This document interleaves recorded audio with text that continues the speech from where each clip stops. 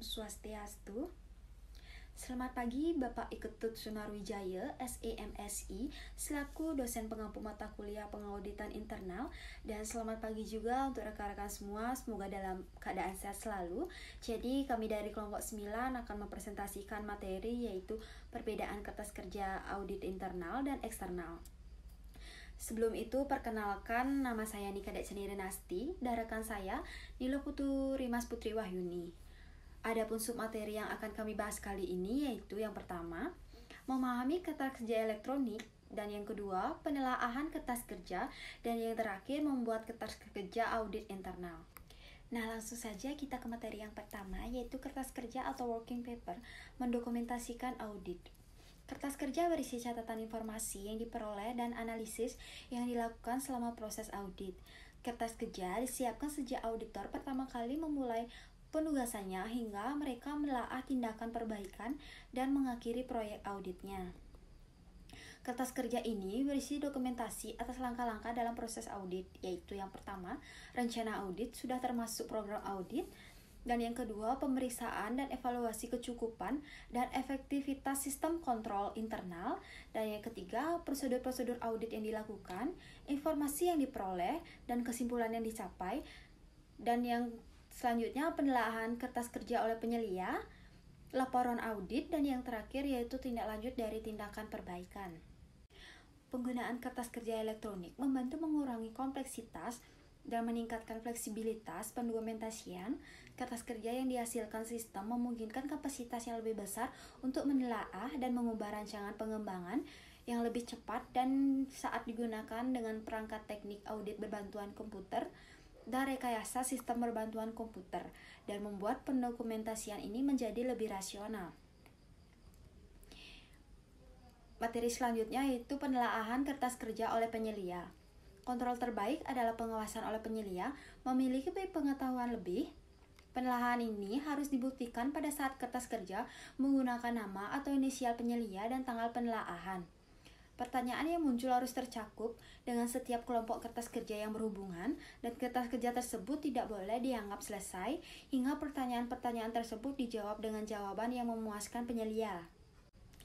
Nah, di dalam sebuah organisasi audit menggunakan format khusus untuk melakukan penelaahan akhir atas kertas kerja audit. Jadi berikut ini merupakan beberapa standar yang tercatat pada format tersebut. Yang pertama, laporan. Temuan-temuan yang dilaporkan telah diberi referensi silang dengan memadai ke dokumen pendukung. Bukti yang tersedia mendukung terlaksananya audit dengan lingkup penuh. Selanjutnya, rencana. Program audit yang memadai telah dibuat. Rencana pra-audit telah didokumentasikan. Langkah-langkah yang diperlukan dalam program audit telah dijelaskan dengan memadai. Waktu audit yang diestimasi dan yang sebenarnya telah didokumentasikan dengan memadai. Baik, presentasi selanjutnya akan dilanjutkan oleh rekan saya. Terima kasih. Selanjutnya, saya akan melanjutkan penelaahan kertas kerja oleh penyelia. Selanjutnya yaitu umum. Bagan alir telah disiapkan atau dibawa dari audit sebelumnya dan diperbarui. Rencana pengambilan sampel telah didokumentasikan dengan memadai dan informatif. Bahan referensi, contohnya kebijakan, prosedur, dan lain-lain, disimpan untuk tujuan konstruktif. Laporan audit sebelumnya dan jawabannya telah tercakup. Temuan audit sebelumnya telah diinvestigasi, pertemuan setelah audit telah didokumentasikan, dan data administratif telah diselesaikan. Selanjutnya yaitu pekerjaan lapangan. Setiap bagian kertas kerja diringkas setelah pekerjaan dilakukan dan temuan-temuan disusun. Ringkasan dirujuk silang ke bahan-bahan pendukung yang sesuai. Tujuan, lingkup, dan sifat pekerjaan ditentukan dengan tepat. Terakhir yaitu kesimpulan auditor diberikan. Selanjutnya yaitu supervisi. Semua pertanyaan penyelia telah dijawab. Mutu pekerjaan dinilai. Selanjutnya yaitu kontrol atas kertas kerja. Kertas kerja merupakan milik auditor dan harus dijaga oleh auditor. Auditor harus mengetahui dengan tepat letak kertas kerja saat melakukan audit. Jika terdapat risiko kehilangan, kertas kerja harus disimpan dalam lemari atau meja terkunci saat jam makan siang dan sepanjang malam. Jika kertas kerja dibawa ke ruangan hotel, maka harus disimpan dalam koper terkunci.